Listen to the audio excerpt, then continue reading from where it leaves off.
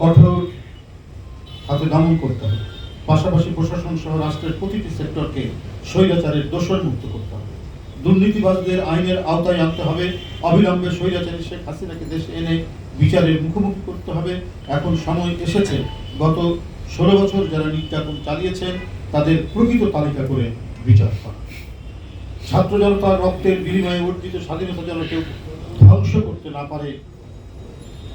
গণ অভ্যুত্থানের চেতনা ও লক্ষ্য সুসংহত করতে হলে পতিত গণবিরোধী শক্তিকে আইনের মুখোমুখি করার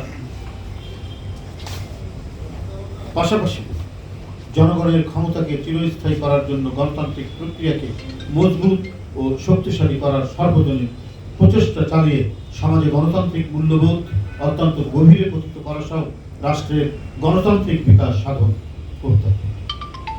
বিকৃতির মাধ্যমে ভাষা, সংস্কৃতি ও ইতিহাসকে যেভাবে বিপন্ন করা হয়েছে সেটিকে সংস্কার করে প্রকৃত বিষয়ে পুনরুদ্ধার করতে হবে। বাকশালের পুনর্মুদ্রণ যাতে আর কখনোই না হয় সেটির চিরস্থায়ী ব্যবস্থা করতে হবে।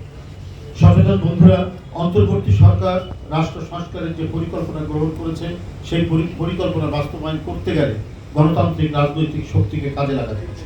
রাষ্ট্রের বিবর্তনে আধুনিক গণতান্ত্রিক রাষ্ট্র রাজনৈতিক সংগ্রাম বা বিপ্লবেরই ফলশ্রুতি। পৃথিবীতে আজকের যে আধুনিক গণতান্ত্রিক রাষ্ট্র ব্যবস্থা, এই গণতান্ত্রিক রাষ্ট্র ব্যবস্থা এটা রাজনৈতিক চিন্তা দর্শনেরই তো ফলশ্রুতি।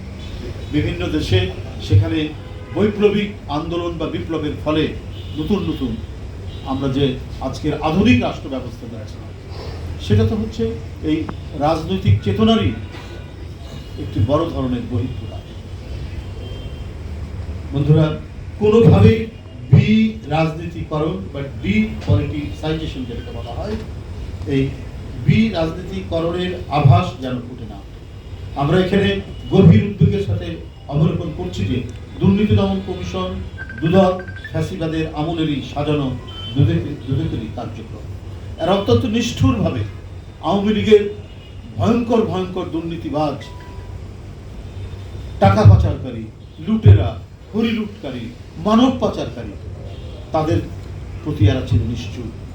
আর যারা গণতন্ত্রের কথা বলেছে, যারা গণতন্ত্রের সংগ্রামকে এবং এই সংগ্রাম করতে গিয়ে যারা নিপীড়ন সহ্য করেছে তাদের বিরুদ্ধে লেলিয়ে দেওয়া হয়েছে এই শেখ হাসিনার একটি ভয়ঙ্কর মারণাস্ত্র তৈরি করেছিল এই দুদক।